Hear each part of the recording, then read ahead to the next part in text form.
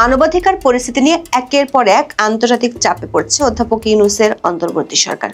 যুক্তরাষ্ট্র থেকে যুক্তরাজ্য, জেনেভা সবখানে বাংলাদেশের মানবাধিকার পরিস্থিতি নিয়ে আলোচনা হচ্ছে বেশ জোরের সাথে।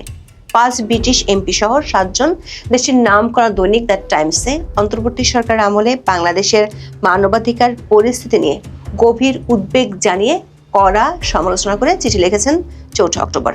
ব্রিটেনের পররাষ্ট্র দপ্তর সেই সঙ্গে জাতিসংঘ ও আন্তর্জাতিক সম্প্রদায়কে দায় মুক্তির অবসান ঘটাতে আন্তর্জাতিক আইন মেনে চলতে বাংলাদেশের অন্তর্বর্তী সরকারকে চাপ দেওয়ার অনুরোধ করেছেন এই আইন প্রণেতারা।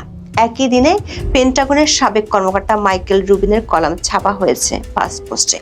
ওই কলামে মাইকেল রুবিন বাংলাদেশে মানবাধিকার পরিস্থিতির অবনতির জন্য ইউনূস সরকারের সমালোচনাই শুধু করেননি, ট্রাম্প প্রশাসনকে বাংলাদেশ প্রসঙ্গে বাইডেনের নীতি থেকে সরে আসার পরামর্শ দিয়েছেন।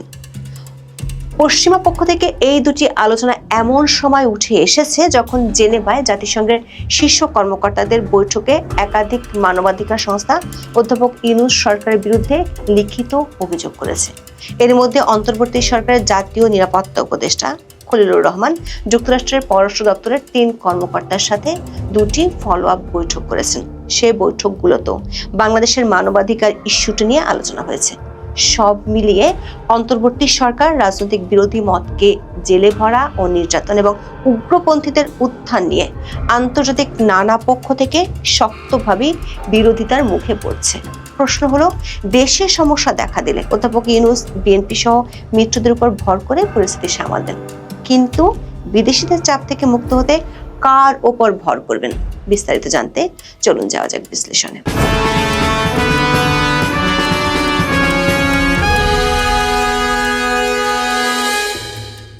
অধ্যাপক ইউনূস দায়িত্ব নেওয়ার পর থেকে গত প্রায় 15 মাসে সবচেয়ে সমালোচিত বিষয়ের একটি হলো মব সন্ত্রাস, সরকারি ভাষায় যেটি প্রেসার গ্রুপ।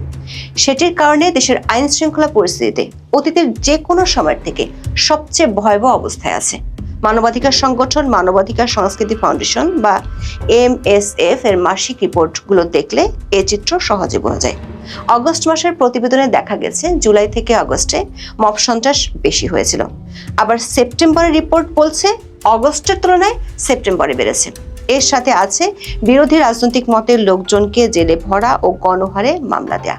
শুধু আওয়ামী লীগের নেতাকর্মীদের কি নয়, মুক্তিযুদ্ধের পক্ষে কথা বলেছেন এমন বেশ কয়েকজন সাংবাদিক, শিক্ষক ও মুক্তিযোদ্ধাকেও গ্রেপ্তার করতে দেখা গেছে।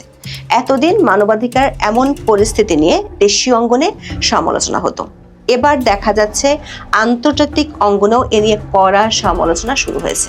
এদের মধ্যে অনেকে অধ্যাপক ইউনূস সরকারের উপর এর জন্য চাপ প্রয়োগ করার জন্য আন্তর্জাতিক শক্তিশালী পক্ষগুলোর প্রতি আহ্বান জানিয়েছেন।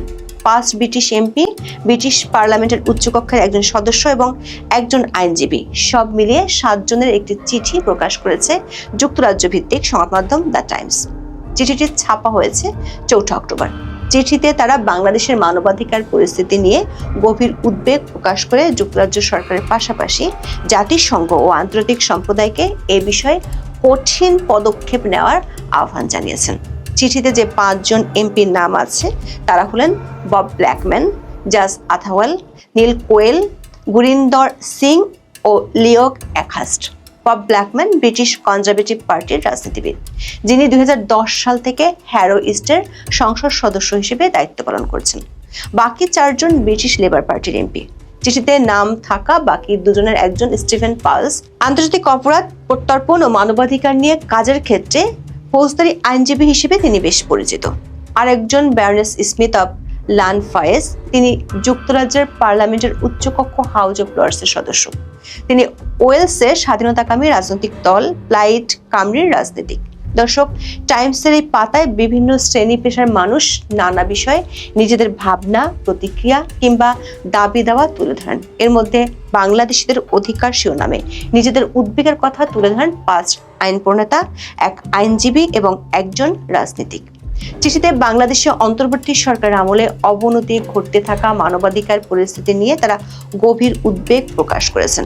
ব্রিটিশ এমপিদের কথা থেকে বোঝা যাচ্ছে তারা বেশ প্রমাণাদি সংগ্রহ করেছেন। নিজেদের বক্তব্যের পক্ষে যুক্তি দিয়ে তারা লিখেছেন, এমন অনেক নির্ভরযোগ্য প্রতিবেদন আছে যেগুলোতে বাংলাদেশের বিচার ব্যবস্থার ব্যর্থতা, জামিন দিতে অস্বীকৃতি, রাজনৈতিক উদ্দেশ্য প্রণীত ধরপাকড়, আসন্ন নির্বাচনে কিছু দলকে নিষিদ্ধ করা এবং সংখ্যালঘু সম্প্রদায়ের উপর নির্যাতন চালানো সহ ক্রমবর্ধমান সহিংসতার বিষয় তুলে ধরা হয়েছে। চিঠির যে অংশটি বাংলাদেশের অন্তর্বর্তী সরকারের জন্য উদ্বেগজনক সেটি হলো চিঠিতে বাংলাদেশের অন্তর্বর্তী সরকারকে চাপ দেওয়ার জন্য আন্তর্জাতিক শক্তিগুলোকে অনুরোধ করা হয়েছে। চিঠিতে এই আইন প্রণেতারা ব্রিটিশ সরকার, বিশেষ করে পররাষ্ট্র দপ্তর, সেই সঙ্গে জাতিসংঘ আন্তর্জাতিক সম্প্রদায়কে আহ্বান জানান যে তারা যেন ন্যায় বিচার ও নাগরিক স্বাধীনতা নিশ্চিন্তে এবং দায়মুক্তির অবসান ঘটাতে আন্তর্জাতিক আইন মেনে চলতে বাংলাদেশের অন্তর্বর্তী সরকারকে চাপ দেয়। তারা নির্দিষ্ট সময়সীমার মধ্যে শান্তিপূর্ণ নির্বাচন আয়োজন এবং একটি স্থিতিশীল বেসামরিক সরকার প্রতিষ্ঠার আহ্বান জানান। তারা মনে করেন এটি বাংলাদেশে আস্থা ও জবাবদিহিতা পুনঃপ্রতিষ্ঠায় অত্যন্ত জরুরি। একই দিন মার্কিন পেন্টাগনের সাবেক কর্মকর্তা মাইকেল রুবিনেরও একটি কলাম প্রকাশিত হয় ফার্স্ট পোস্টে। সেখানে অবশ্য এর চেয়ে কড়া ভাষায় তিনি লিখেছেন। দর্শক, মাইকেল রুবিন হলেন আমেরিকান এন্টারপ্রাইজ ইনস্টিটিউটের একজন সিনিয়র ফেলো এবং মিডল ইস্ট ফোরামের পলিসি অ্যানালাইসিসের পরিচালক।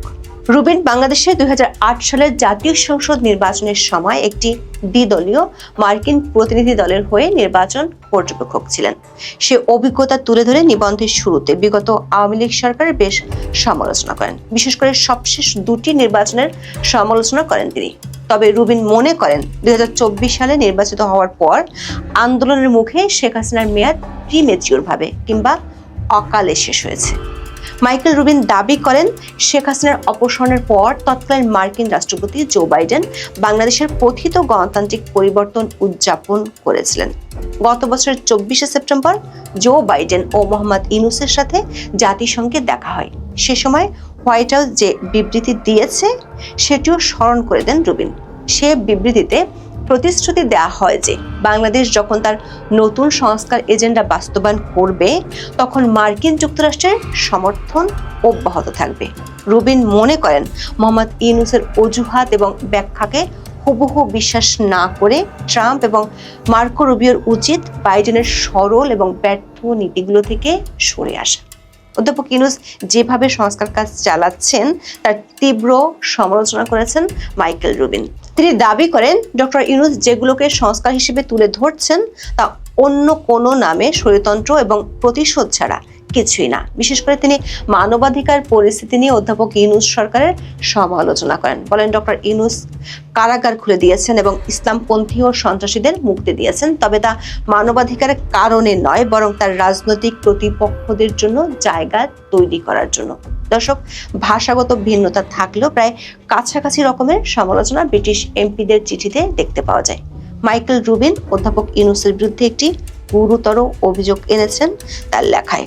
অধ্যাপক ইউনূসের সাথে তিনি ইয়েমেনের মুসলিম ব্রাদারহুড কর্মী তাওয়াক্কুল কারমানের মিল খুঁজে পেয়েছেন।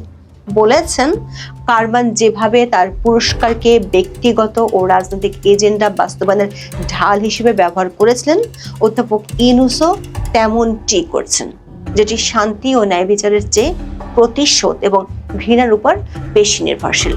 রুবিন মনে করেন, ট্রাম্প প্রশাসন, বিশেষ করে তার পররাষ্ট্রমন্ত্রী মার্কো রুবিও বাংলাদেশ ইস্যুতে জো বাইডেনের পথেই হাঁটছে। এই প্রসঙ্গে ট্রাম্পের সাম্প্রতিক পাকিস্তান নীতির কথাও তিনি তুলে ধরেছেন। বলেছেন, ডোনাল্ড ট্রাম্পের দ্বিতীয় মেয়াদে পাকিস্তানের দিকে ঝুঁকে পড়া এবং ভারত থেকে সরে আসা কেবল পাকিস্তান এবং ইউনূসকে উৎসাহিত করেছে। তিনি সতর্ক করে বলেছেন, এ ধরনের নীতির ভবিষ্যৎ হতে পারে জিমি কার্টারের ইরানের সেই নীতি, যেখানে কার্টার আয়াতুল্লাহ খোমেনিকে দিয়ে ধর্মীয় শাসনের পরিবর্তে গণতন্ত্র চেয়েছিলেন। মাইকেল রুবিন অধ্যাপক ইউনূস প্রশাসনের কর্মকাণ্ডের সমালোচনা করে সাংবাদিক ও রাজনীতিবিদদের গ্রেপ্তারের জন্য তার উপর নিষেধাজ্ঞা দেওয়ার সুপারিশও করেছেন। দর্শক, আন্তর্জাতিক সমালোচনা এখানেই শেষ নয়। জেনেভায় জাতিসংঘ মানবাধিকার পরিষদের 60তম অধিবেশনে বেশ কয়েকটি সংগঠন বাংলাদেশের অন্তর্বর্তী সরকারের সময় মানবাধিকার পরিস্থিতির ভয়াবহ চিত্র তুলে ধরেছে। তারা বেশ কিছু রিপোর্টও জমা দিয়েছে। রাজনৈতিক দলের কার্যক্রম নিষিদ্ধের বিষয়টিও সেখানে আলোচনা হয়েছে। জেনেভায় জাতিসংঘের দপ্তরের বাইরে ইউনূস বিরোধী বিক্ষোভ হয়েছে। জাতিসংঘে জমা পড়া ওইসব রিপোর্ট আবার আন্তর্জাতিক বহু সংস্থার দপ্তরেও গেছে। সূত্রগুলো বলছে, নিউ ইয়র্কে বসে নিজের ঘরানার মানবাধিকার কর্মীদের নিয়ে বৈঠক করেছিলেন অধ্যাপক ইউনূস। কিন্তু অধ্যাপক ইউনূসের সরকারের বিরুদ্ধে ওঠা অভিযোগগুলো খণ্ডানোর মতো বাস্তবসম্মত তথ্য সরকারের হাতে তেমন একটা নেই। ফলে আন্তর্জাতিক এসব সমালোচনার জবাব অন্তর্বর্তী সরকারকে দিতে হচ্ছে। ৩রা অক্টোবর জাতীয় নিরাপত্তা উপদেষ্টা ডক্টর খলিলুর রহমান ওয়াশিংটন ডিসিতে যুক্তরাষ্ট্রের সিনিয়র কর্মকর্তাদের সঙ্গে বৈঠক করেছেন। যুক্তরাষ্ট্রের পররাষ্ট্র বিষয়ক আন্ডার সেক্রেটারি অ্যালিসন হুকারের সাথে তার বৈঠক হয়। এছাড়া মার্কিন পররাষ্ট্র দপ্তরের principal deputy assistant secretary Nicole Chulick এবং ডেপুটি অ্যাসিস্ট্যান্ট সেক্রেটারি অ্যান্ড্রু হারাপের সঙ্গেও বৈঠক হয়েছে। দর্শক, গত এপ্রিলে বাংলাদেশ সফরে এসেছিলেন নিকোল চুলিক এবং অ্যান্ড্রু হারাপ। তখন আলোচনার বিষয় ছিল আরাকান আর্মিকে সহায়তা করার জন্য মানবিক করিডোর দেয়া, কিন্তু সেনাবাহিনীর আপত্তির কারণে মার্কিন সে প্রস্তাবে সাহায্য করতে পারেনি সরকার। সূত্রগুলো বলছে, এপ্রিলের বৈঠকের ফলো আপ ছিল শুক্রবারের বৈঠক। রাখাইন করিডোর থেকে সরে যেতে বাধ্য হওয়ায় এখন সরকারকে মানবাধিকার ইস্যুটি নিয়ে মার্কিন চাপেও পড়তে হচ্ছে। যদিও সরকারের পক্ষ থেকে দাবি করা হয়েছে, ফেব্রুয়ারিতে অনুষ্ঠিতব্য নির্বাচনের প্রস্তুতিতে অন্তর্বর্তী সরকার পদক্ষেপের প্রতি যুক্তরাষ্ট্র সমর্থন জানিয়েছে। তবে সূত্রগুলো বলছে, আন্তর্জাতিক নানা মহল থেকে বাংলাদেশের মানবাধিকার পরিস্থিতির অবনতি আর রাজনৈতিক বিরোধীদের